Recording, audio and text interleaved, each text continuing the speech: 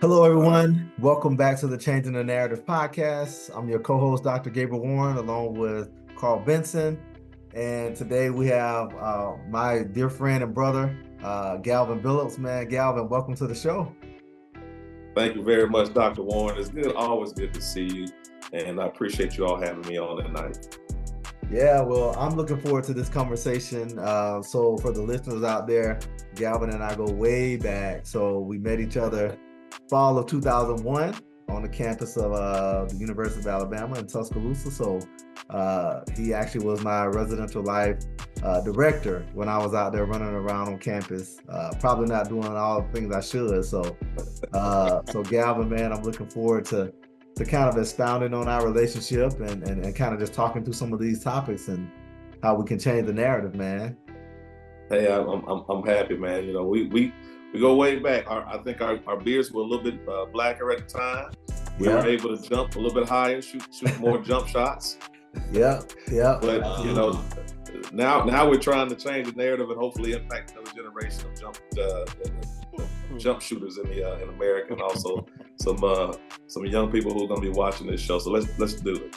Yeah, man, absolutely. Well, I know you very well, but for our listeners, I like to try to at least introduce them to you. So if you wouldn't mind starting out by just sharing with the listeners kind of a little bit about, the work you do, and then, anything else you feel like is pertinent to the conversation. Yeah, absolutely. So good evening to everyone again. I'm Galvin Billups, and I live here in Birmingham, Alabama. I am a consummate father and husband. Married my wife, Latasha, some 17 years ago here in Birmingham, Alabama. I'm a dad of three beautiful kids. My 13-year-old oldest one is named Caleb. My second child is 9 years old, and his name is Micah. And my last precocious child her name is Hannah. She's 4 years old and be turning 5 very soon. Professionally, every day I get an opportunity to work here in the city of Birmingham as a director within our local government, the city of Birmingham Department of Youth Services. And under the leadership of our mayor, Mayor Randall Woodfin, I'm appointed to provide services to young people to ensure that they have a great quality of life, healthy start, and able to go on to college and career and a lot of success. And so I enjoy what I do every day. And that's who I am in a nutshell. I'm gonna dig into that because I'm really excited about the youth service work you're doing. Also a field that I'm very passionate about. Not being from Alabama, tell me how important it is for a Black man like yourself to be in youth services in Alabama, or in general, but in specifically for you. Yeah, absolutely. So my role is unique. However, for many African Americans or many people to see this role, it is one that I think it provides a lot of representation for so many young people. For me, my role every day touches schools, it touches communities, it touches families to ensure that the quality of life for young people is raised.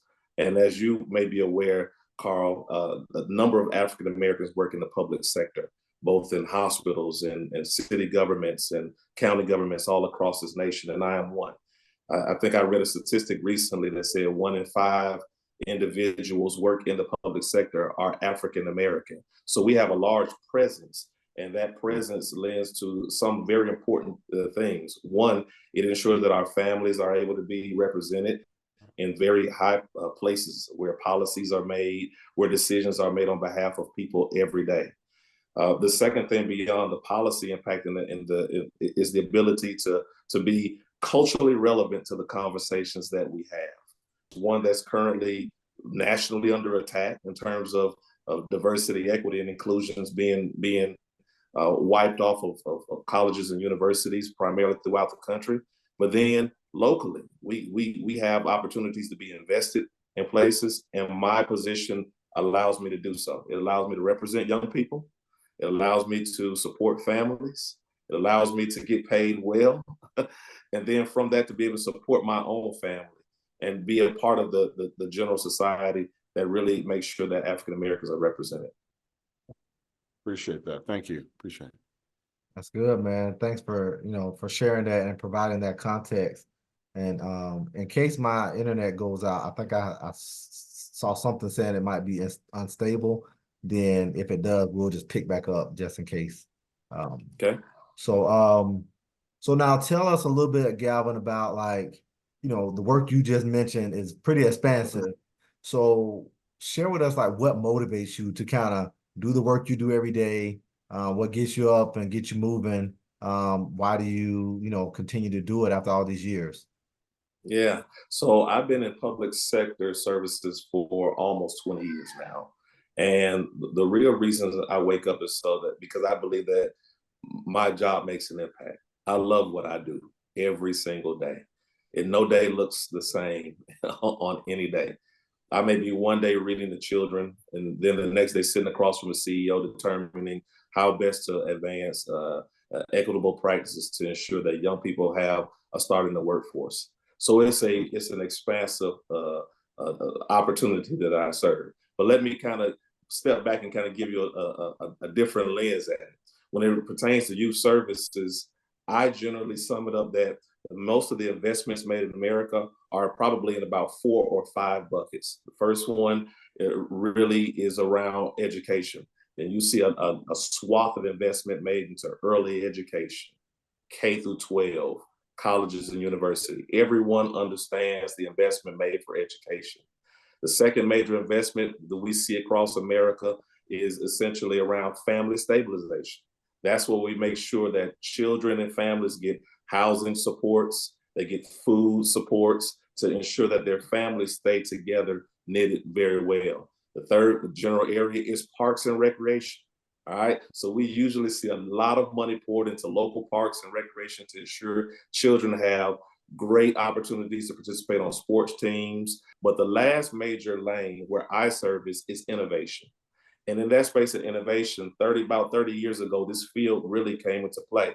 That's where governors and local politicians tried to ensure that there was an office or offices, and you've seen mayors across this country use their pulpits, use their offices to create pipelines for young people to get to the workforce better, to avoid them from having to be a part of guns and gangs and violence, and to really streamline the services. So my job every day is to be an innovator right here in Birmingham, Alabama, to work alongside individuals in the community and to advance equity and opportunities and champion young people so that they can receive the success that they need. That's amazing. That's amazing work, and that makes me curious because our next question is primarily about community. So clearly, working with youth and families and whatnot, you're already doing a lot in community through your job. Can you tell us a little bit more about when you're away from your job, I guess, if you will, what does your community give back look like, or what are you doing in community outside of work, or is it all kind of tied together with what you're currently doing at work? It feels like it all ties together, Carl. Being active in the community to which you are. You're a member of Phi Beta Sigma fraternity, and being one of our historically black fraternities, you understand the value of community service. And likewise, my community service is one that starts at home. I'm a dad, and being a dad, I participate in a lot of travel ball, a lot of activities where young people are coached. So I coach alongside other coaches to ensure that my children have a great opportunity to do the same thing that I did growing up, to play basketball, so in gyms, and to go play baseball and to go play football. So that's one aspect of how I give back, is to be that dad on the sideline to ensure that my children, when they come off the field, they get a hug, they understand the importance of competition, but the importance of character after. And then beyond that, I serve in several roles with boards and agencies around my community. And some of those boards and agencies are part of science and making sure that children have STEM, but they all align to my career, my passion. Others is making sure that children have the faith and the values that they can live out, and absent being scrutinized to have them, or just making sure that families get the services that they need. And so the second thing that I do is just serve on boards and agencies beyond being a dad. And then last, Man, I usually, when I get an opportunity, I go to church, and in that church, man, I really put on the power of prayer. I pray for myself, I pray for my family, I pray for my community, and I pray for the children that I touch every day. Right on. Yeah, man. Appreciate Yeah. that. That's good, Thank man. you, sir. I think the way you answered that, especially in the end, man, is a good segue to our next question, just because, taking that perspective that you just shared, what is a misconception that you have or that you've heard of about Black men that you would like to eradicate, man? Because, most people, when they think about a Black man, they don't think about the answer that you just gave, saying you try to pray for others, you try to pray for your family, yourself, other people you work with. They think about negative things. So what is a misconception that you may have heard of that if you could today eradicate, you would do so? That's a real powerful question, and I appreciate you asking that. And it's a really, I wouldn't call it a loaded question. I would call it a needed question in America today. I think there's two major misconceptions that need to really be addressed. The first misconception is the overcriminality of Black people, specifically Black men in America.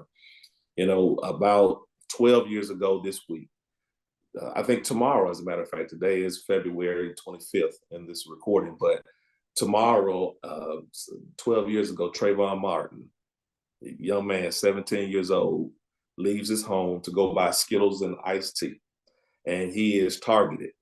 He is targeted by an individual in the community who takes it upon themselves to be the local police officer, to contact the police, and then being told stand down. But he follows this young man and brutally kills him. Sparks outrest in America, but it undergirds a thing that I think each one of us have seen in our lives and do continue to see played across many media streams in America, is that African American men, by and large, are targeted as well as criminalized or part of the justice system at a larger proportion, starting at very, very young ages. That there is a lot of research out there around early education, around K through 12, where we see a number of suspensions higher for young men of color, specifically black males, are more likely to be suspended than any of their other counterparts. So this bias, this impact that we see and feel and have as African American men, by and large, we have to deal with this in so many lights.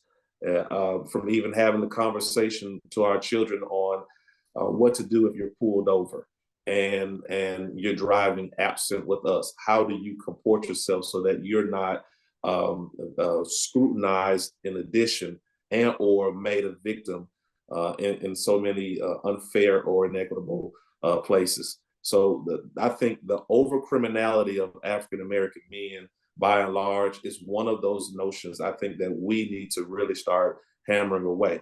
Because not all Black men, just because you're born Black, should end up in jail or should be targeted unfairly, a part of the law. The second one I would probably say is even larger, and I think Dr. Warren, you probably can attest to some of this. It is the feeling that African American men are intellectually inferior. Mm-hmm. That in some conversations we're not even approached for opportunities economically or to be a part of education conversations simply because of our skin tone. That will sometimes be because of our names or how they're spelled. There is a quick turning away to finding someone else who may not even look like us to be a part of the conversation or to represent in major places such as in education or in law or in government or in healthcare. And so there is a quiet negative perception and a loud negative perception if you go into certain places where people feel like African American men are intellectually inferior. And that is a complete lie. And I think that we have to do our part every day to ensure that we help to change that narrative. Absolutely. Absolutely. I appreciate that. That kind of brings us to my next question is just that. Just clearly there's no doubt in my mind, just knowing you for a short amount of time, that you're an amazingly successful person. But at the same time, we talk about the misconceptions and all the different challenges that Black men face. What do you consider, or how do you consider success? What does success look like for you? What does it mean to be successful for you as a Black man? That's a wonderful question, and I'm not sure if I can really give a full answer to what I feel would make me the most successful as a Black man, because there's so many roles that I play, both as a dad and as a husband. That's first and foremost is my family. How well has my family lived out the values that I think that we should live out? I think that that's universal to every culture. However, in African American males, sometimes our families and people see, as you said before, positive or not positive misconceptions, but just in terms of misconceptions, sometimes they see Black men as being absent fathers. And so I think one of the things that makes it success is when we show up. We show up in ways where people aren't even counting. We are showing up for our wives, our children, our nephews, our nieces, our cousins. And sometimes we're called upon in roles that we weren't even trained for because of the fact that it's needed. So that's one way I deem a personal success, is how well I'm showing up and how well my family is being successful in the values that we want to live every day. The second thing I think is in terms of my job and my work. Because I work with youth, when youth are able to have healthy starts, they're able to do things such as read by third grade on grade level, to graduate, to be able to walk across the stage and graduate on time and ready for either college or career or entrepreneurialism of some sort. I think that those are things that makes my work successful. And the long-term outcomes, finally, is when the roles that I've played have made such a substantial impact that we're starting to see generational change and mindset change around our communities by and large, so that we can be a part of designing the America that we need to be best represented in. Right. That's good. Fantastic. Man. Thank you. That's good. Yeah, like the first part of your answer talking about being, just that good family person and trying to instill those values. I've always tried to live by the thought process that when I come home, do my kids run towards me or do they run away from me? And that's, to me, a good measuring stick. When you come home, like, are you there and people want to be around you, or are they like, man, I need to go to my own corner of my house and let daddy decompress? So I think that speaks to kind of like what you said, success in a different level.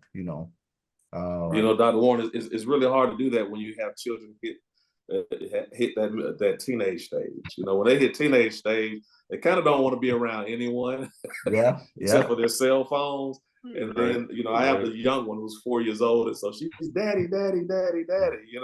And so I get both ends of the spectrum sometimes. So I have to give myself a seat because I don't never know which one I'm gonna get when I get in the door first. Right. Yeah. No, that you're absolutely right about that, man. Yeah, I have a teenager and a preteen. So yeah, that is true. That is accurate.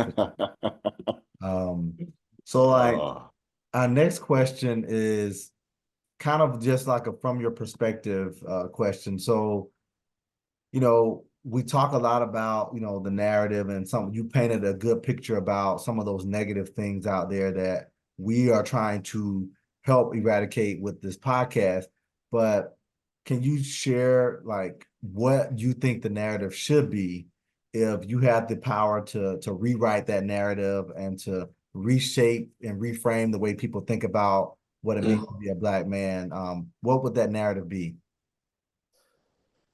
Wow, that's huge. I would say a few things around that. One is that for African American men of most generations, we understand ourselves, but I don't think that so many cultures seek to understand. I think and I feel in many instances we're misunderstood.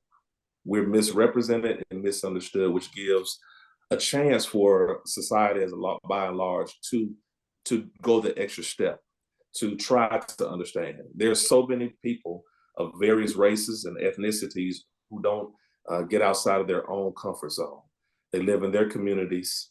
They grow up around their people, their friends, and to seek to understand another race, another culture is almost antithetical to how they live. You know, it's almost in some instances taught to not even associate. And so for African American men, by and large, I think part of that narrative should be to seek to understand, to bridge the gap, to have the intentional conversations, you know, whether they may be in a bar room, whether they may be in church or in locker rooms or in barbershops. It seeks to understand the African American experience. It's one that's completely different. The second thing I would say is that our experience as African American men, primarily in America, has been limited because much of our history, African American history, is worldwide. Our impact is worldwide. However, in America, in many of our textbooks, it limits us to only slavery and civil rights and Barack Obama. Mm-hmm. As if there hasn't been centuries and decades of people who have made a contribution to the African American experience. And absent subjugation, absent slavery, we have made extreme advances. We've dominated in so many fields. We become part of what made fields work because of the fact that we have been inventors, we have been educators, we have been entertainers, we have been business entrepreneurs and titans. And I think some of that experience has been left out of the conversation.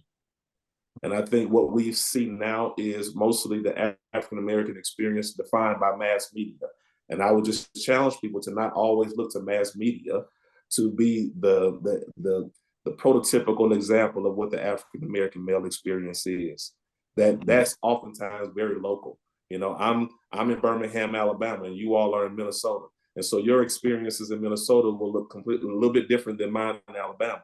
However, when we get together, there are some things that we understand by virtue of our race and culture that may not be quiet, that may not be understood in the places we live in. So I think part of that narrative that we have to change, Dr. Warren, is the narrative of being misunderstood, and then second, being misrepresented. And that one is a piece that I think we have to have legislation. We have to have bold and courageous leaders to do what has been done for decades and for centuries since the beginning of America, is to stand up for the rights and the beliefs of all people, regardless of race or creed, and to ensure that everyone has an equitable access at the table of decision making for themselves and for their families. That's right. I know we're coming to the end. I'd be curious, how can I follow you, or how can your listeners, the listeners of this podcast, how can we follow you in the work that you're doing out in Alabama?